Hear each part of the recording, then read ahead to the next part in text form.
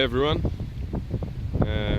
just a quick video. It's actually the first video I've ever made of my brand new motorcycle. It's a Suzuki SV 650. It's really windy outside, so I don't know if you can hear me proper.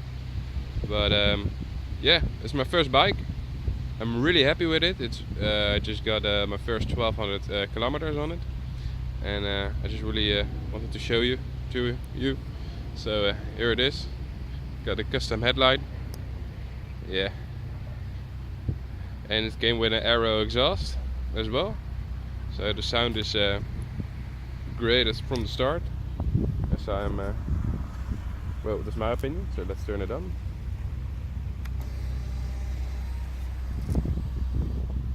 And here you can hear it. So I don't know if you can hear me right now, but